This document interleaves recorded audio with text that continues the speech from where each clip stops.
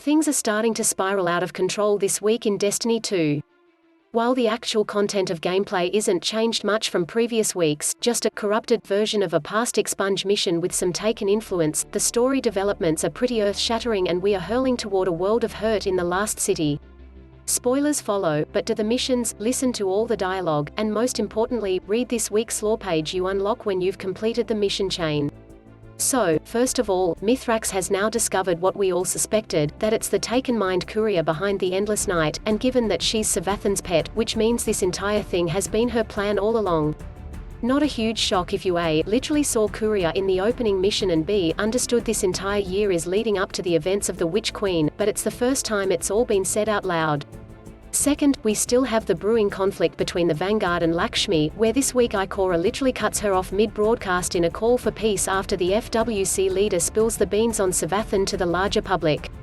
Third, we have Osiris acting incredibly shady, continuing his general weirdness ever since he lost Sagira. He suggests that we capture Courier, rather than destroy her, a suggestion that takes Mithrax aback. He cuts into what's supposed to be a private line between Mithrax and us to inject this opinion. Finally, Ikora announces she is turning over all hidden archives and database access to Osiris and Osiris only, someone she can fully trust. And then, finally, the lore page.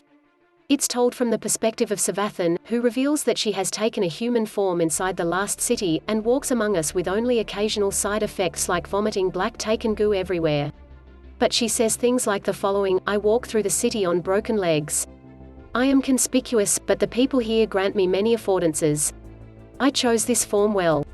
When they first reached for me, I reached back in acid mockery, and they opened themselves to me in stupid, naked innocence. I was giddy. My fingers raked their minds. I forced my will through them using only words and met no resistance. Their naivete was beyond description, and I feasted until my eyes welled with black tears. So, this reveals she's someone conspicuous, granted many affordances, and someone that people trust. I mean, the story is starting to connect these dots very clearly now.